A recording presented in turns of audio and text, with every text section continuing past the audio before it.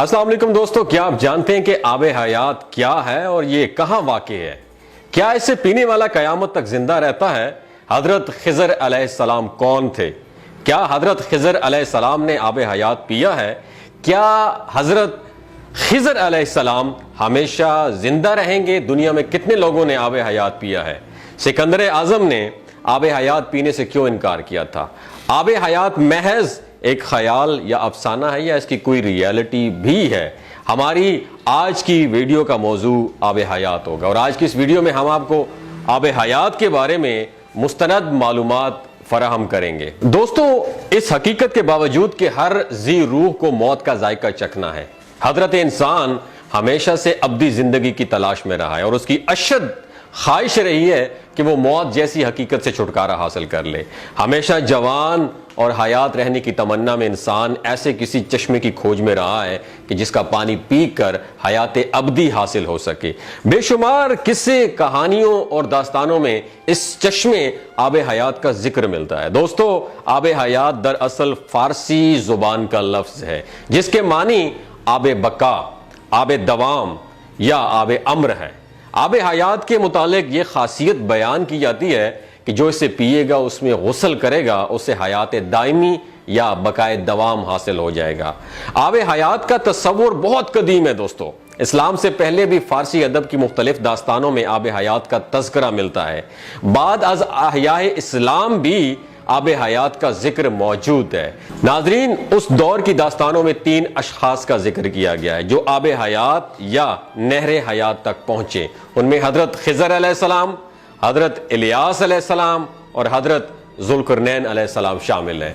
दोस्तों, दास्तानों के बयान के मुताबिक आबे हयात हजरत खिज़र अलैहिस्सलाम और हजरत इलियास अलैहिस्सलाम को नसीब हुआ और यूं वो हयात दायमी के हामिल हो गए। ये एक मसला है जिसके बारे में यह तय करना मुश्किल है कि आया आबे हयात का कोई वजूद था, है या है ही नहीं, और हजरत खिज़र अलैहिस्सलाम से उसका क्या कनेक्शन है।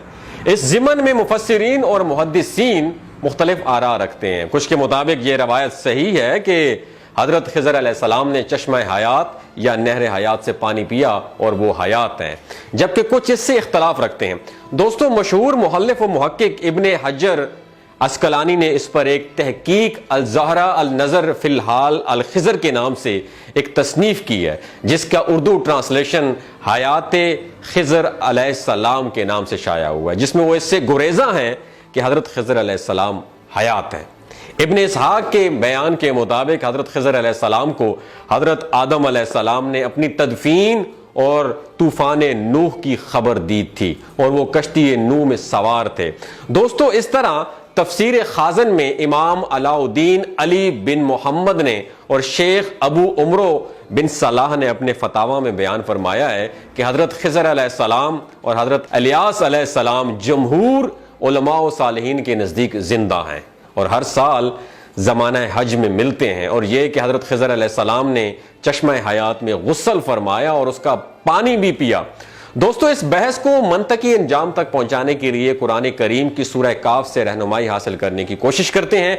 सूरह काफ की आयात 61 या 66 में इरशाद हुआ है कि मूसा अलैहिस्सलाम को हुक्म हुआ कि हमारा एक बंदा है जो तुझसे भी ज्यादा आलम है। मूसा अलैहिस्सलाम ने अर्ज की कि परवरदिगार, मैं उस तक कैसे पहुंचूं? हुक्म हुआ जहां 2 दरिया मिलते हैं वहां, और साथ ये भी हुक्म हुआ कि साथ एक मछली जो कि नमक आलूदा है वो भी साथ ले लें। जहां वो मछली गुम हो जाए वहीं हमारा वो बंदा आपको मिलेगा। चुनाचे हजरत मूसा अलैहिस्सलाम ने मजमा अल बहरीन, ये वो जगह है जहां बहरे रूम और फारस आपस में मिलते हैं, नहरे हयात के नजदीक पहुंचे। वहां पे तो एक चट्टान के करीब कुछ देर आराम करने की गर्ज से लेट गए। मछली आपके साथी योशा बिन नून की जंबील में थी।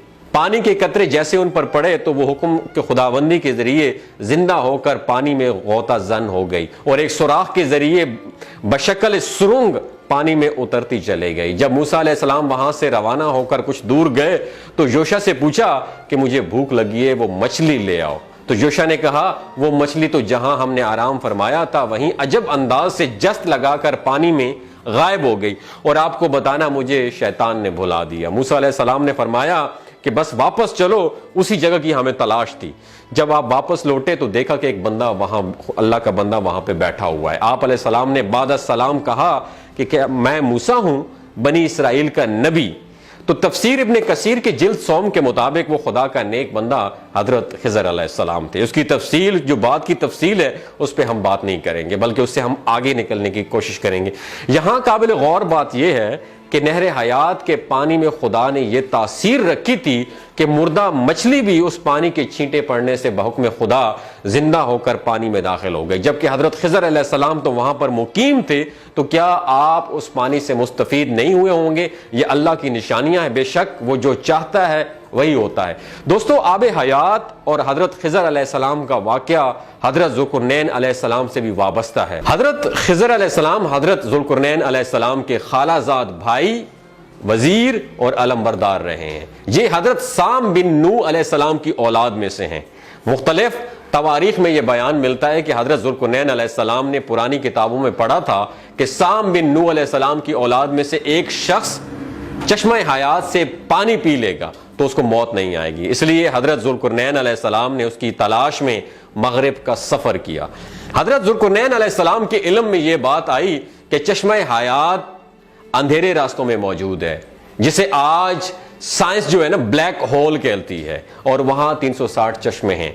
लिहाजा ज़ुल्कुरनैन अलैहिस्सलाम ने अपने लश्कर से 360 अफराद मुंतखब किए और हर एक को एक मछली देकर खिजर अलैहिस्सलाम की सरबराही में रवाना किया।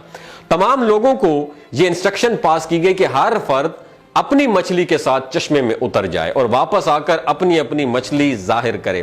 काफी दुश्वारी, मेहनत और मुशक्कत के बाद आखिरकार ये अफराद उन चश्मों तक पहुंचने में कामयाब हो गए। जब वापस लौटे तो हजरत ज़ुल्कुरनैन अलैहिस्सलाम ने सबको अपनी मछली जमा करवाने के लिए कहा। सबने अपनी मछली उनके सामने पेश कर दी, सवाए हजरत खिजर अलैहिस्सलाम के।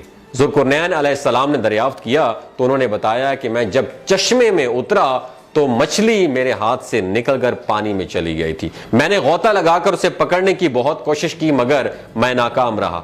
हजरत ज़ुल्कुरनैन अलैहिस्सलाम ने कहा कि वहां पानी आपके मुकद्दर में था। दोस्तों, तफसीर सादी के मुताबिक हजरत ज़ुल्कुरनैन अलैहिस्सलाम हजरत इब्राहीम अलैहिस्सलाम के दस्ते हक परस्त पर इस्लाम कबूल करके मुद्दतों उनकी सोहबत में रहे और हजरत इब्राहीम अलैहिस्सलाम ने उनको कुछ वसीयतें भी फरमाई थी।